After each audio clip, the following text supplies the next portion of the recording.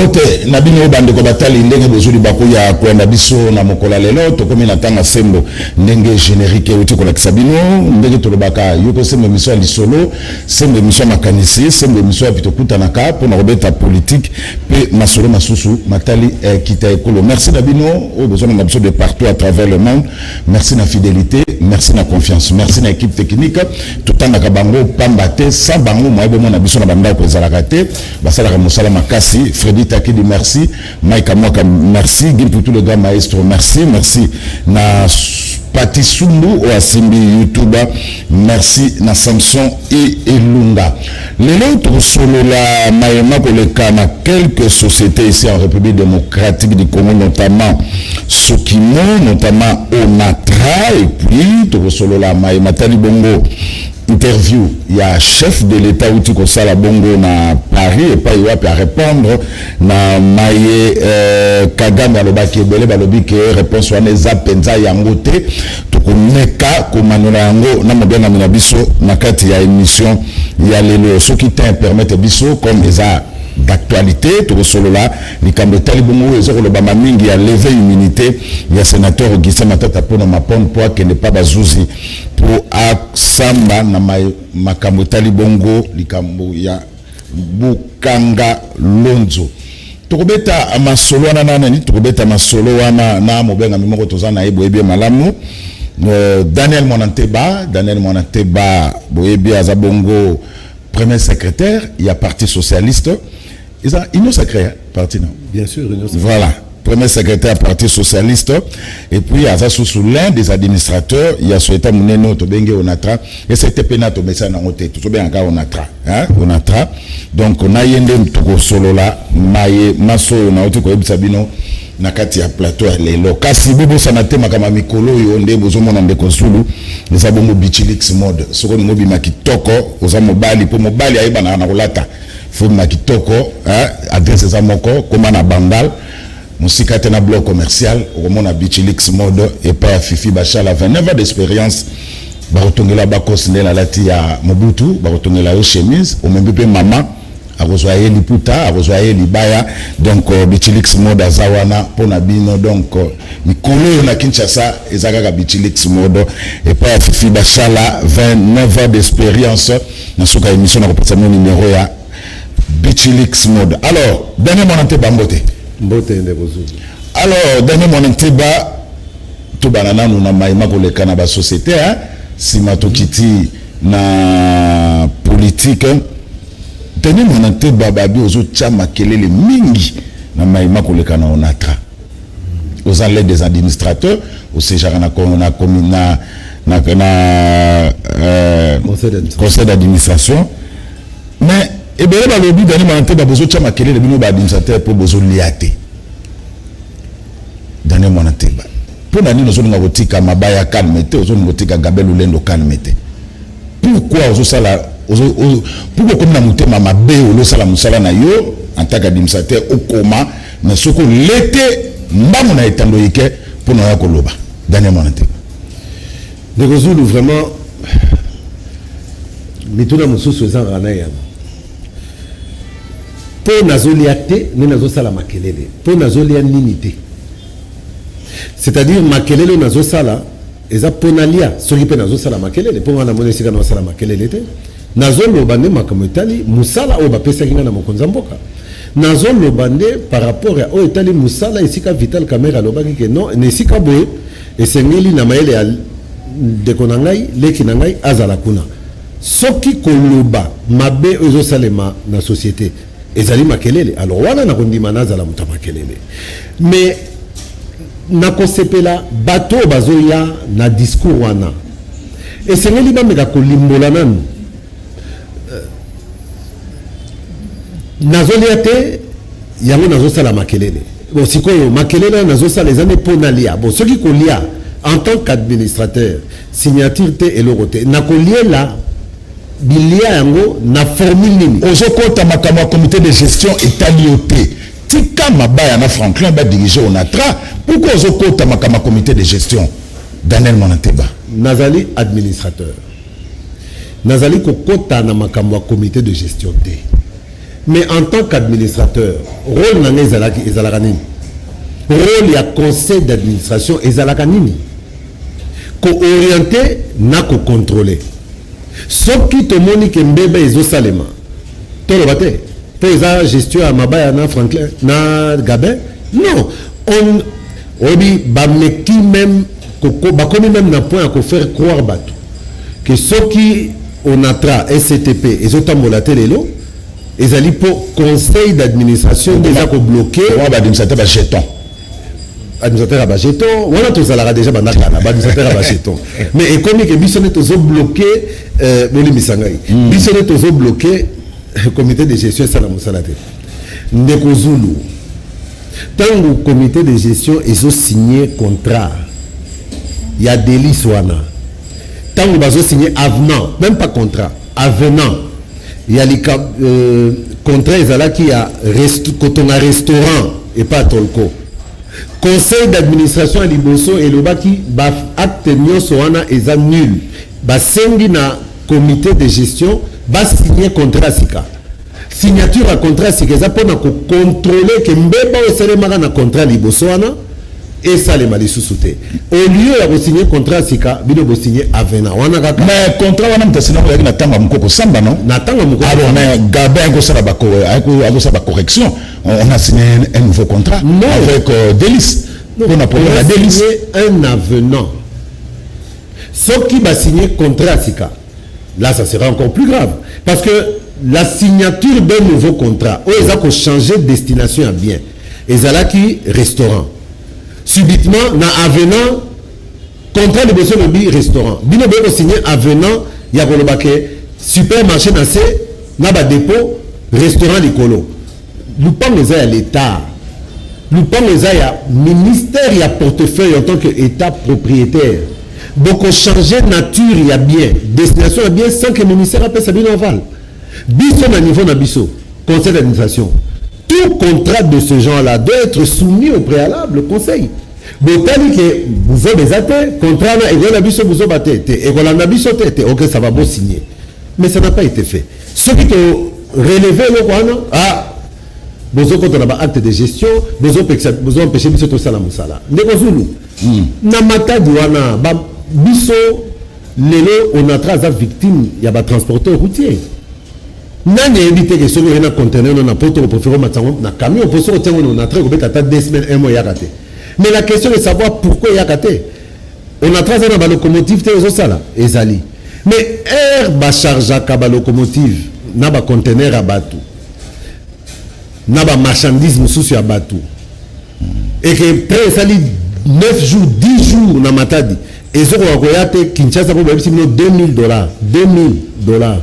Il y a carburant exaté. Nasuka bato ba décharger biloko na bango batie na camion. On appelle comité de conseil d'administration. Tant carburant ezalaka na port exploitation. Tant carburant ezalaka na port. Mais port ezoko ko fonctionner ndenge sengeli. To ba PTF wana, to port de Kinshasa. Ba lubrifier na carburant. On est en sous conseil d'administration. Tant que vous mettez la carte à courant na matadi, to na ba entité mususu na Kinshasa to na intérieur. Na Kisangani na port Kisangani courant zali. Na ba installation na train na Kisangani. Courant zali. Parce que na comment déjà wana. Ba kata biso courant pour des factures impayées. Wana sous conseil d'administration. Il y a beaucoup au moins Air Moko ba se pelarata parce que pour pouvoir nous limiter. Pour pouvoir nous limiter à ce que nous disons, il nous fallait une grandeur d'âme, ma maturité, mon robot. Moi, je dénonce, je donne des faits. Et quand je dis moi, non, moi, je ne suis qu'une partie du corps qu'on appelle conseil d'administration. Aussi, on va penser à tout non, parce que ma conclusion, il y a Bouzoba, aux SCTP, nous les avons tirés ensemble. Et lorsque nous les avons tirés, nous avons retiré la confiance au DG et au DGA. Et ça qui m'ont battu, c'était à l'unanimité. Et ça l'attaque conseil d'administration 10, 8 plus Bangomi Balé 10, bango journal ba yakité comme d'habitude ba sabotaki na bango conseil on fait un conseil d'administration à 8 et sur les 8 exactement batumi balemi ça tout ba que non oh non non ngana moni que c'est précipité non to pesa bango chance non voilà té à l'unanimité on vote pour le retrait de confiance mais ba ko lobaka manate ba pourquoi ceux qui na l'équipe na lobby roka ba tract musu se bimi oh manate ba moyibi oh manate ba boye oh azana ba nyongwa batu oh yekutu boye inconscient yende aye pour abotola ba bien on atra yende na makila nde basali qu'on a très dans la situation à boye mais ça c'est vraiment non seulement des mensonges mais en plus c'est de la mauvaise foi et ba propos ngona ça se fait sous forme de tract oh roka biso ba travailler ba lobby balash bazobata manasima ba travailleurs normalement ba travailleurs balobaka au travers de leur syndicat donc quand vous voyez des tracts avec biso ba travailleurs ba lobby c'est-à-dire biso ba syndicaliste to lobby et on est en train de chercher à savoir qui est responsable de ces histoires là et ngai na kotika te muto sakana na dignité là vous voyez bien ne rozulu ngai na kokene na parquet na kofunda to kosamba bon Dani Moniteba pourquoi tous les comités de gestion qui se succèdent dans ONATRA et Simbakate. Pour l'année. Et Simbakate neni. Et Simbakate, toujours des problèmes. On a été comment le là, sur la tinde kuna aucun liwa. Non mais Ezaka on a traité. Je pense aussi qu'il faut peut-être revoir le mode de fonctionnement. Mais c'est la même chose. Le vrai problème c'est que au moment la plupart des directeurs généraux ou des directeurs généraux adjoints, tant qu'on va nommer Bango, le fait qu'il y a un bureau, Azo signé un document, Azo engagé société, dit Bobimsa Mongoboy, Bobimsa, dit Moutouboy, il faut foutre à combien 1 500 000. Bon, toi annulé Kaka, Nassima, tu es bien les Kaka. Pour dire qu'on a annulé Kaka, il faut foutre à SCTP société.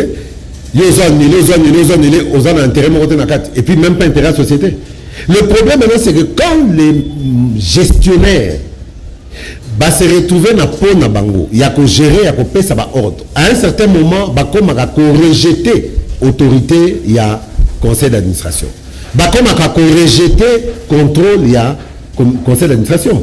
Parce que le conseil d'administration oriente et contrôle. Tant que vous avez signé, besoin ça la obolingi. Mais na souka conseil à monique no a eza bozoba, ba recadrer bino guerre bandi.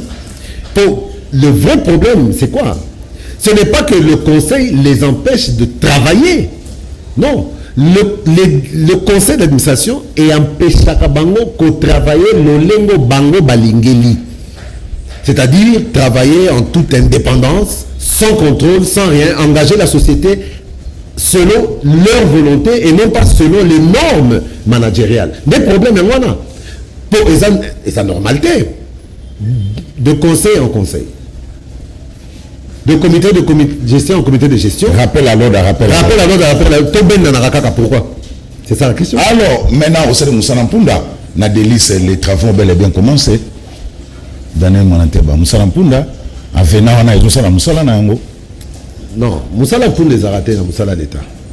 Ngai, Nasali par Nanga, en tant qu'administrateur, na rôle Nanga, il y a orientation, na contrôle. Oh, il y a contrôle. J'ai contrôlé, na relevé, ba faille, na ba irrégularité, il y a contrat. La meilleure des choses, au comité de gestion fait la salle, et c'est là qu'ils ont là, nous sommes là, bon. To revoit, pour par contre, la paix, ma camusou, et que échappé par moi. Bazaka na ba collaborateur oyo bakoza na intérêt na likamango ba memeli bango ka dossier pour les capo bango ba bi bakosala nango. Mais quand ça n'a pas été fait, il y a des irrégularités.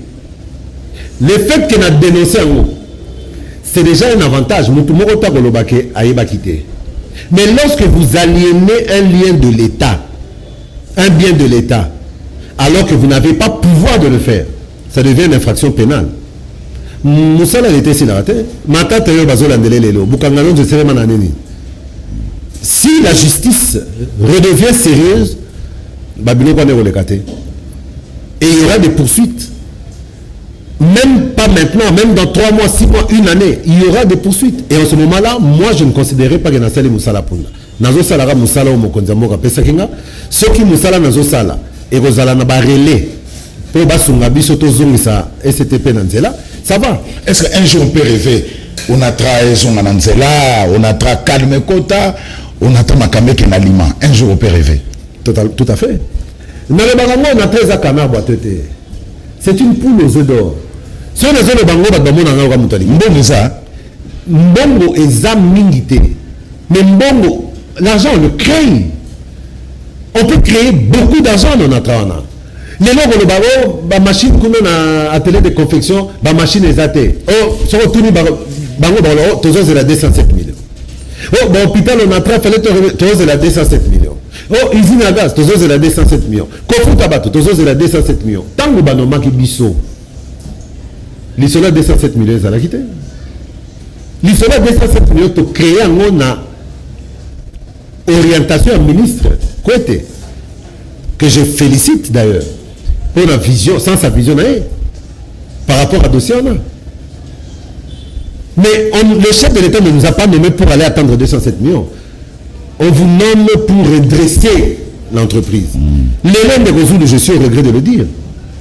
Ce qui l'élan de Gonzambo, bon ça va, bino ba administrateur on entra, Moussa Nabino et Sili l'élo, bolongwa. C'est triste aujourd'hui de constater que celui qui est nommé pour entrer l'élo, STP, État autorotique en haut. Et vous avez même pire que l'État autorotique en haut. Parce que tant d'abisso, nous avons mis le molaté. Pour les conseils d'administration, na mabaya, na lulendo, baza na kati. DGA, baza, administrateur avant d'être le directeur général. Mais ce qui est le les lots, est-ce que le comité de gestion, et que le banabiso que, pour bangone va poser un acte, biso yangani.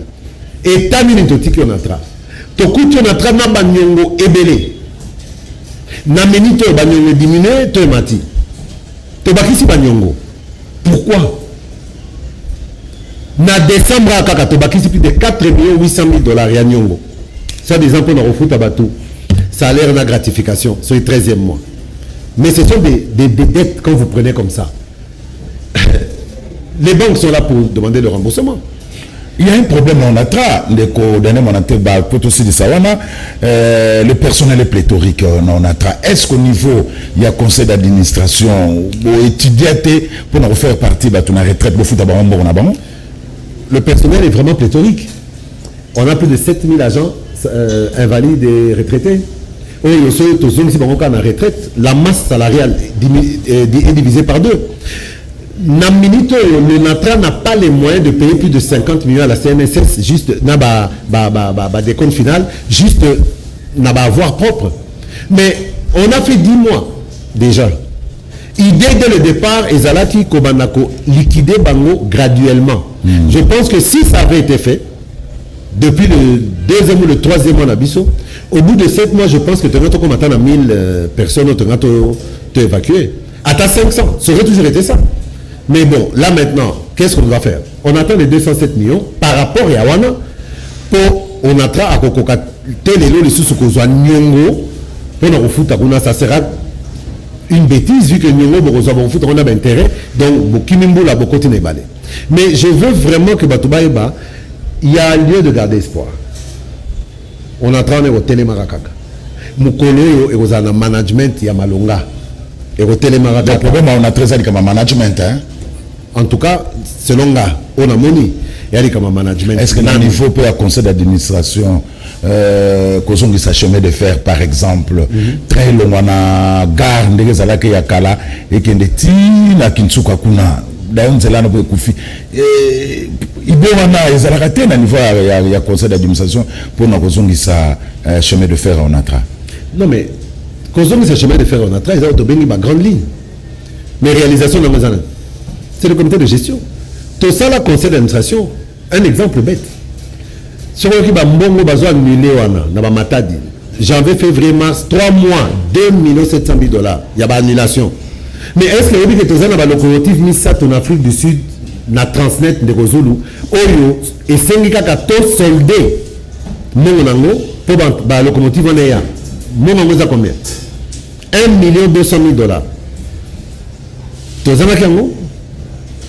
Celui qui fout à 200 000 chaque mois, 6 mois, beaucoup de locomotive. Que voulez-vous que je vous dise? Est-ce qu'on peut parler de management au niveau du conseil d'administration? Je ne pense pas. Tout ça, là, tout ça, là, tout orienté, tout possible orientation, tout zéli, tout contrôlé. 10 mois, 11e mois bientôt, 3 locomotives pour 1 200 000.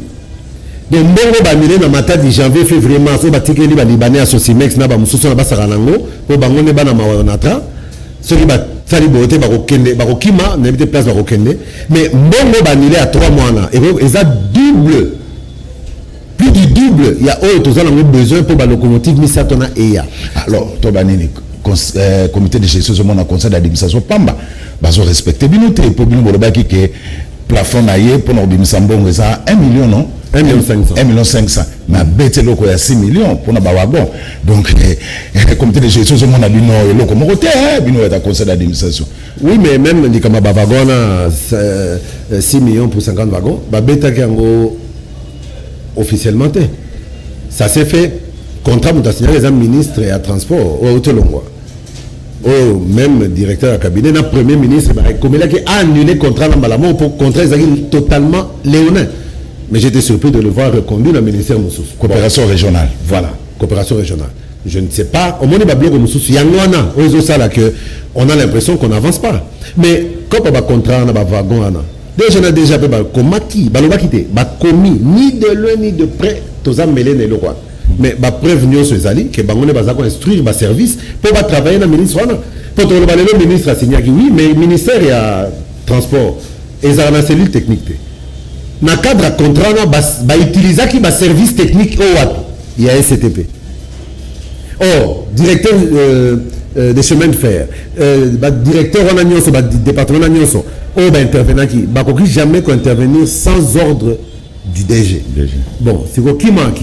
Soit on est bien à l'objet au monde à syndicaliste, pour les syndicalistes, on a besoin de soutenir la bango. Et ça va défendre. On a tra, tout ça va défendre DGA par rapport à Moussala Bazosal. Alors, donnez mon athée, on a regretté les longs de bâtiment on a tra, le bâtiment on a cimetière au Saranate, on a regretté? Non. Le bas Mandela, dans ma vie, je ne perds jamais. Hein. Soit je gagne, soit j'apprends. À l'ONATRA, je n'ai pas gagné, mais j'ai beaucoup appris. Kobi Manorobimana, mais Bongo et Koli et Vimbi. Et pour moi, c'est le plus important. Kobaksa Maele, Boigna, Yangon de richesse à Moutou. Alors, ni les autres cas na Sokimo. Bon, je ne sais pas, à la Sokimo, tous les gens à Sokimo, Baza vraiment qu'on se plaindre. Bon, voilà, en tant que citoyen, en tant que chef de parti, pour Nazo, on a quand même un cas. Il y a beaucoup de plaintes au niveau de la Sokimo. Apparemment, il semble que un paiement, comme d'habitude, moi et Bélo, bazo foutamate, et bazo responsabilisé, comité de gestion à Bango. La quota, na critique à comité de gestion, parce que j'ai le dossier, je me suis documenté, juste qu'est-ce qui se passe. Alors bazo le bas, non, pour finir, les comité de gestion, et puis il y a un scandale, et par rapport à Kibali Gold, je crois, oui. Kibali Gold. Soit disant que Yangonde, Ezo, Boma, Sokimo, Yangonde, bon. Moi j'ai regardé, je me suis dit, mais Jean Sokimo, il faut qu'on réoriente la plainte na bango. Parce que c'est le même problème. Celui qui bat les gold de Boma Sokimo, c'est Boma on a ndengeni.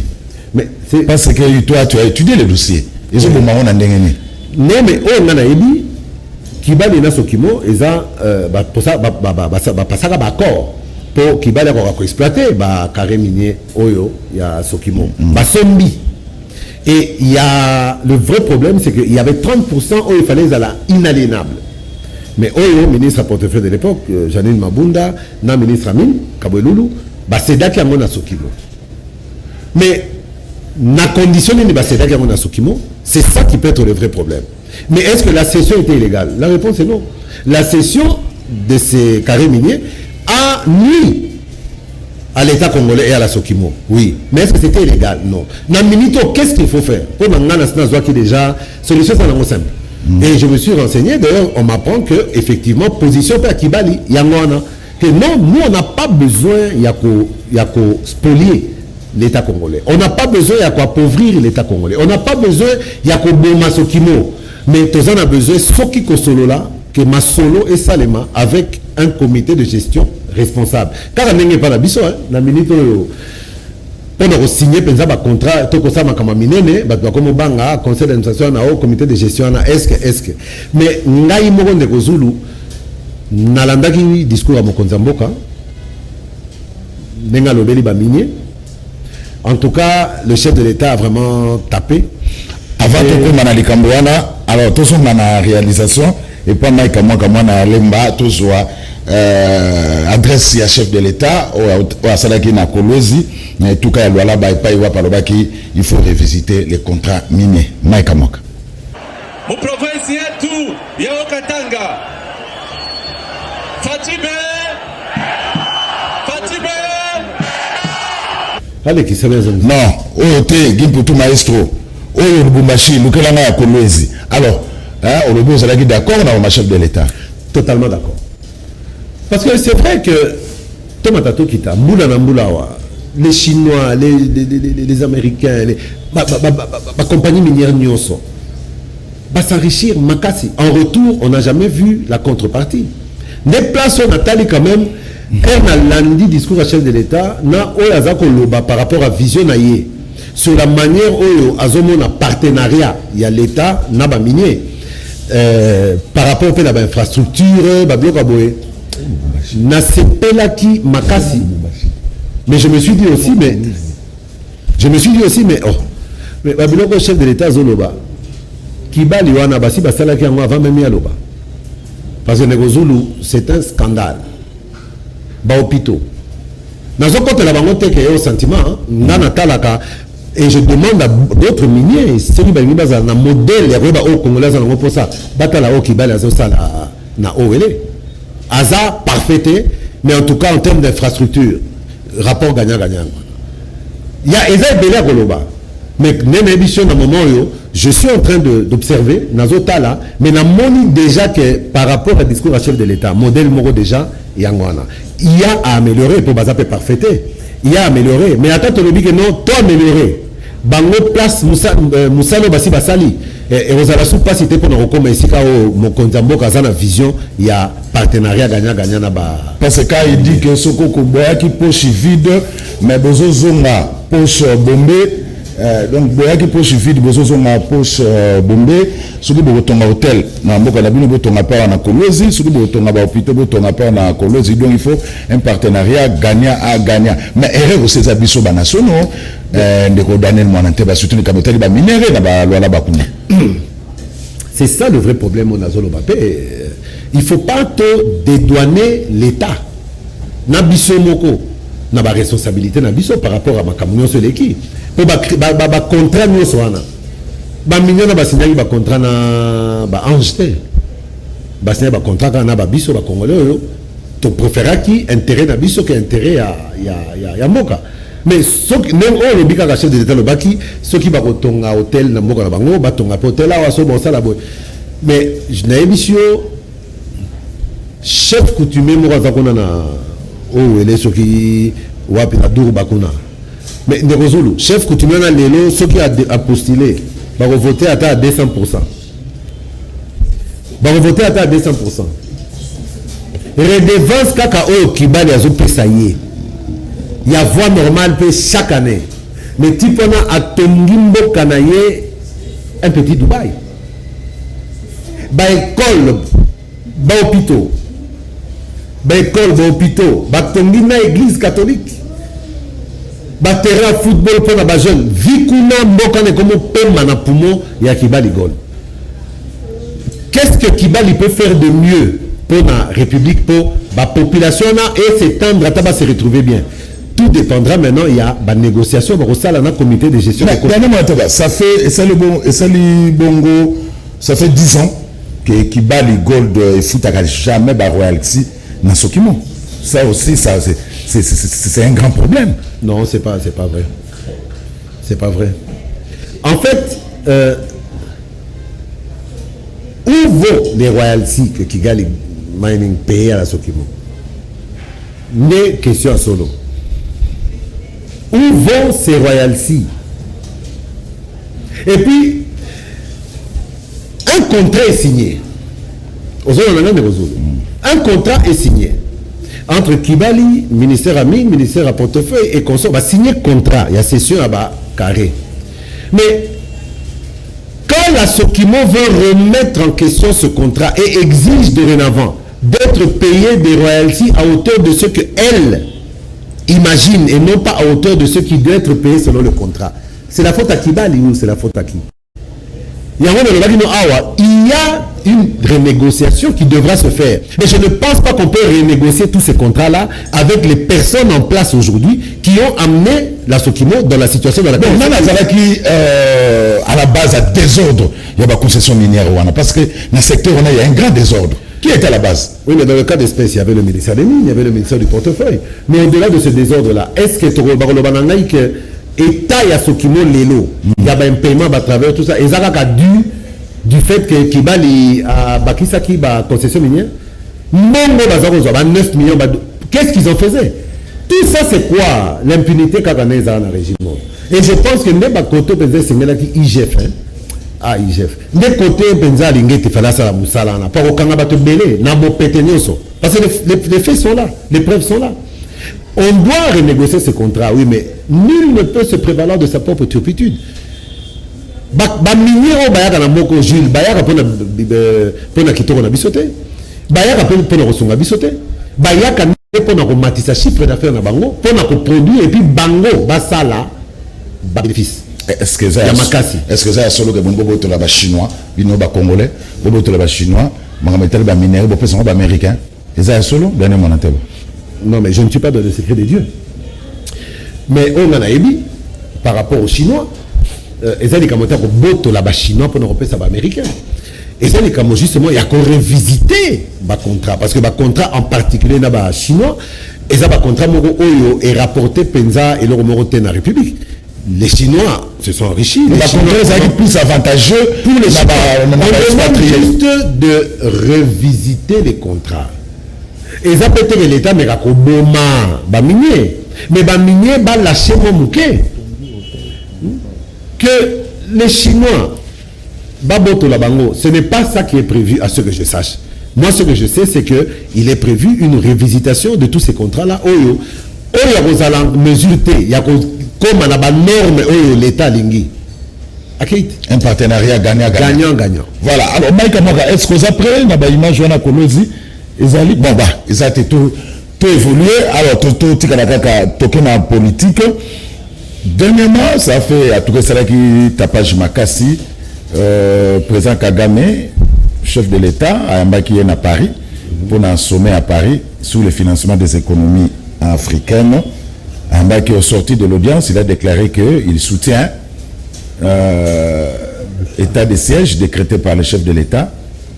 Quelques jours après, à l'interview dans France 24, dans France 24, c'est fait ça qui va Congolais.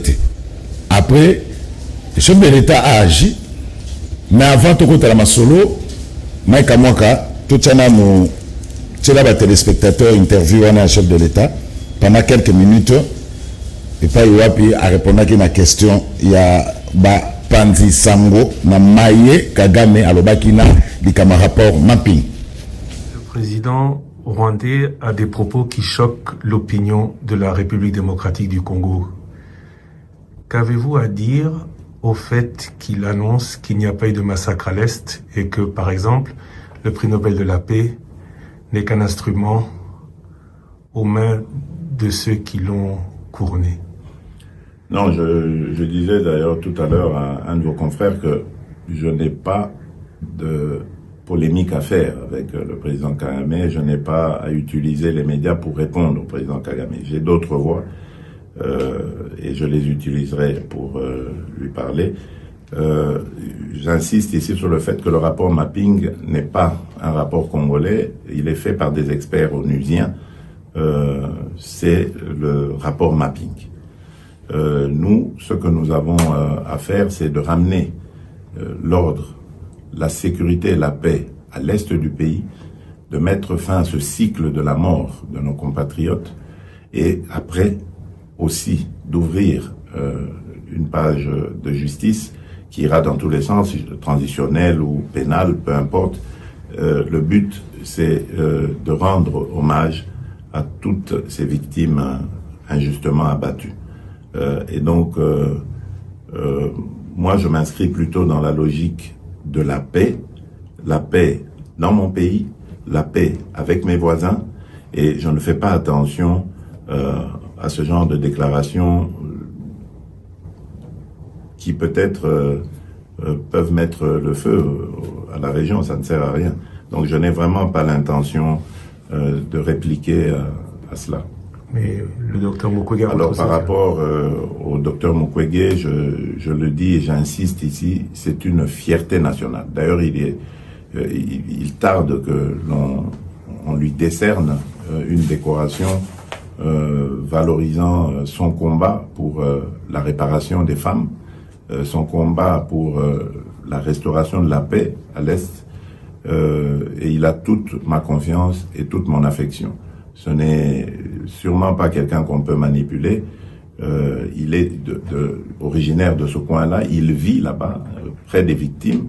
Donc je crois que c'est quelqu'un qui est bien placé pour parler de nos populations. Donc il a tout. Voilà, alors, merci. Daniel Manteba, et Bélé Balobeza, réplique moi ma cassité, hein, il y a Félix Antoine Tshisekedi Tshilombo par rapport à Okagama Lobaki. Bon, c'est vrai. En général, dans la grande majorité, les Congolais s'attendent à ce que chef de l'État ait un discours moko guerrier. Kagame le biboy, Toromona, Tokotala, bon. Et ça style a été. Et puis vous voulez que le chef de l'État dise quoi? Au lieu de vous concentrer sur la manière où à l'obéli l'ikam, dans mon nom Kokita, vous voyez. Non, bon, la façon l'obélité. Bon, la année où il y a lobby. À lobby, sans aucun doute, il y a eu des massacres en République démocratique du Congo. Ça veut dire que, à contredire déjà Kagame et Lobaki que massacre Salemagate. En diplomatie, c'est tout un langage, c'est tout un discours. Il faut comprendre. On a besoin de chaque fois, il y a que Bundana Moutou pour la Xakozan a raison. Et puis, on a mon discours à Kagame. En fait, Azara Moutoyo, Azora n'a prouvé qu'il est innocent. Mais il y a aussi un salaire de Zulu. On va nous partout, tout le monde entier qui va nous le non, on a coupé n'alika momoko bo salema na Congo na za na innocent. Non, ce qu'on dit que vous êtes innocent, vous êtes innocent. Ce qu'on dit que se justifie à tout moment, c'est que Yomoro sentir qu'il y a quelque chose qui dérange. Et puis, Ngaï, je ne peux pas comprendre agitation à Batouné et Batsilika qui a Kagame à lobby. Mais que voulez-vous que Kagame dise? Babazela qui a tenu Kagame question non, massacre oui, vous voyez, il y a eu des massacres, les troupes rwandaises ont été impliquées, Namoro n'a pas ça qui ordre, les salaki boy. Ce qui a ça la ramena Kagabiso mais Kagame a dit bon parce que Ezelo Komoko et ça les maté. Kagame est dans son rôle, défendre ses intérêts, défendre les intérêts de son pays, et ça totalement normal. Awanga na ba massacre na RDC parce que ba massacre wana ce qui est allé prouver, cela voudra dire que c'est la preuve de l'implication du Rwanda na kata ba massacre wana. Donc automatiquement il est fabo yango. Mais lui il est dans son rôle. La vraie question de savoir biso RDC rôle na biso ezanini.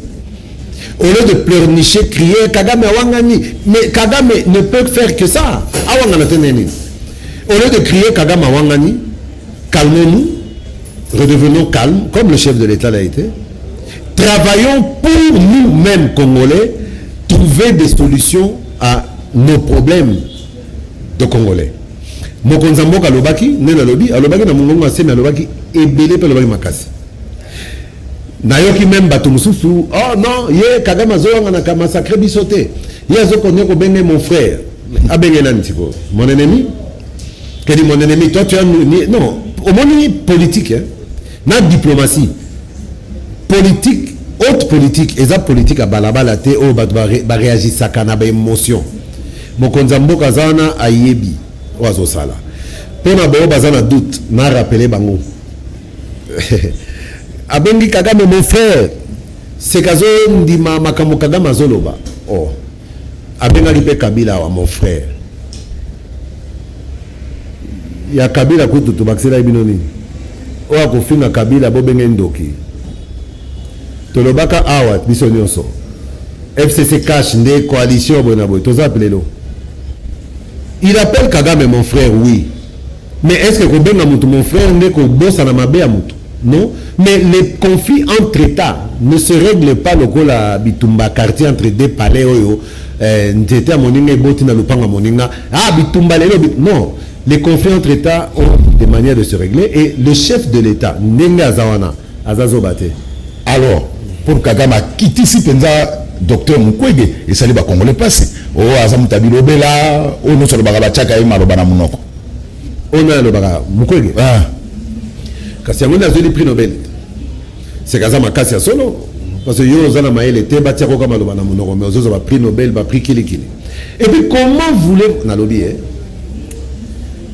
ndeko zulu ata biso nde tozalaki boye te toza bana mike na bakartier tozokola bapeti moko boye bazalaka na so boyibeli omona pale bobene na bamaster bozosalela yango to bokabola mwa balare banini eya na bapeti moko ka bazalaka na bafundaka nani azaki namonaki ye mokolo wana ye moto azalaki nango oyebi kano tozalaki nango bapeti wana soko obeti mpe makasi bakokende ofundake babeti nga bakoyebake tobeti mpo afundaka donc makambo afundaka eza makambo ya solo ekomaka babigoko moko boye moko bengana ye place boza bolingi komona ye te nde situation Kagame aza nango na Mukwege azofunda nde ete ya babuzo banyonso azosala parce que batuerie baviole wana arme de guerre oyo bakomisa viole arme de guerre euti na batroupe rwandaise nga nazobanga kolobela yango te moi je suis pas président de la République mais je vous dis que Félix Antoine Tshisekedi Tshilombo ayebi oyo azosala na kosenga na bato bazala calme alobaki na ye na mongongo aseme alobaki ebele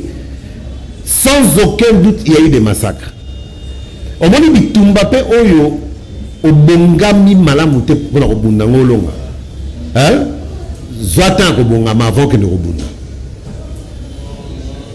liloba nanga suka yango dernier mona te tozokita maleme na suka émission na biso totika na combien de minutes Mike Moka voilà 3 minutes alors dernier mona te actualité mosusu eza makasi na mboka na biso mikolo likambu ya sénateur Augustin Matata Pono Mapon faut relever immunité na ye ndenge bazuzi baza kosenga na nini na yo concernant lecture pour na likambu wana dernier mona te batake un homme politique ya République démocratique du Congo. Mais d'abord, actualité dans la émission. Bukanga Lonzo. Désolé à eux, mais Bukanga Lonzo, ça fait combien de temps? 5 ou 6 ans. Nous avons savoir que même le niveau on a travaillé, Moussala n'a pas ça, Moussala Pundate. Batumsu Barolande la bango, même dans 3 ans, 4 ans, 5 ans, Bakanga. Les Kama Matata, ils ont 2 volets. Selon là. Volet de Bosso, ils ont volet politique. Volet Mibale, volet judiciaire. Et c'est dommage d'ailleurs que politique n'est à Liboso. Au niveau judiciaire, balande de la procédure, parce que Moutoumoro Taza Nicolas Mibeko, procédure est normalement, sera à la juger normalement, mais et le coca n'a pas regretté mon mouquet, c'est que les lots justice, un secret instruction, il y a dossier à sauter. Ce qui est la justice, c'est comme le Kamutu. Pour Samba, tu as déjà à partir de la déclaration Songolo Pakala et le Romini et Bongi Sami déjà. Naka Matata, moi je vous dis, Barokangaye, calamité.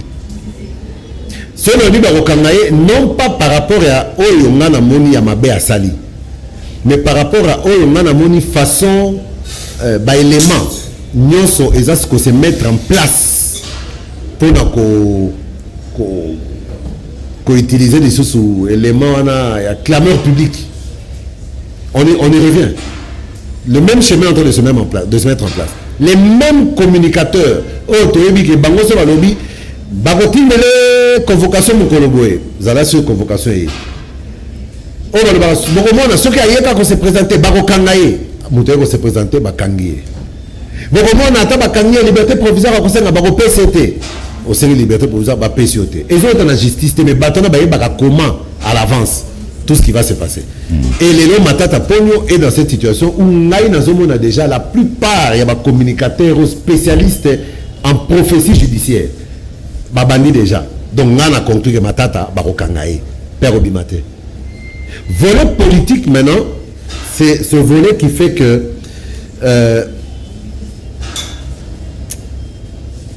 moi vitesse moroboye dans ma solango et Salemi, je ne sais pas pour quelle motivation.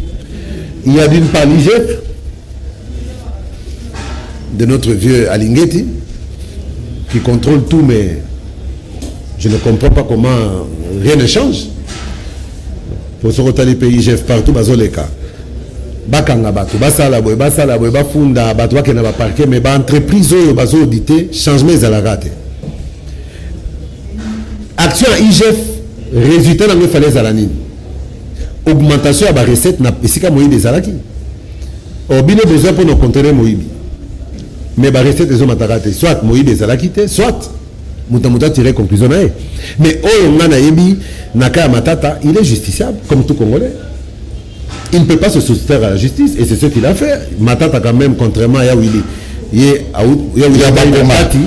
à quel Libanda. Mais Matata, à quel Libanda, à Nakati. Donc, pour moi, déjà, c'est un premier élément qui fait qu'on peut se dire que le monsieur a vraiment le souci de collaborer avec la justice, mais avec une justice juste.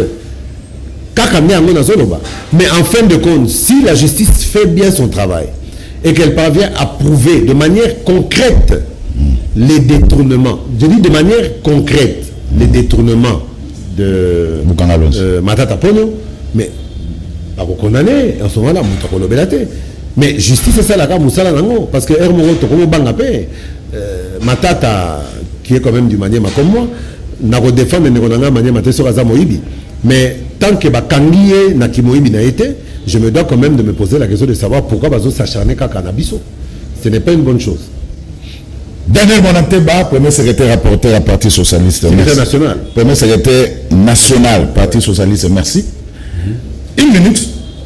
Conclusion pour Tokabwana.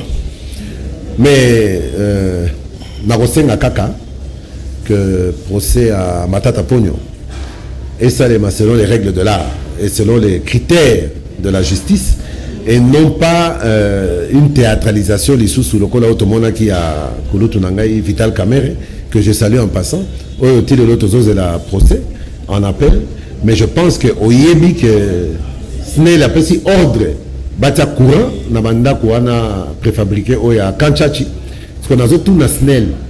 Bakotia courant na banda konini puisque balobi que Kamere a na prison qu'on a pour année pour balobi aiba kimbongo ya misala wana il a détourné 48 millions sur 57 ye Kamere a détourné 48 millions au Jamal alobaki que non mongo nyoso ngana zwaki mais les losne la lobi batia courant je pense que na baye bazako tia makelele ate Kamere Moïbi c'est une preuve suffisante et supplémentaire pour comprendre que Moïbi na ye et mon anine na Kanchachi ne sika bazotia courant na bandaku wana et utili felo et utilo la to ebimi na mabele ya ngomoko non je pense que mutuana comme Kamere aza quand même na chance belé chance na munene eza motemo za nango ya patience azawi ko ebisanga na zako ndimate mais lelo na lingi ayeba ke na comprendre que la patience est notre meilleur ami. Merci Daniel Monanteba Sengi kaka justice za l'équitable na likamotali bongo Matata Ponyo. Donc et ça me c'est les ala ya bien koko c'est na mutu makambute et logo Daniel Monanteba Sengi ya mona. Daniel Monanteba merci. No bantu to kutana mbala sima.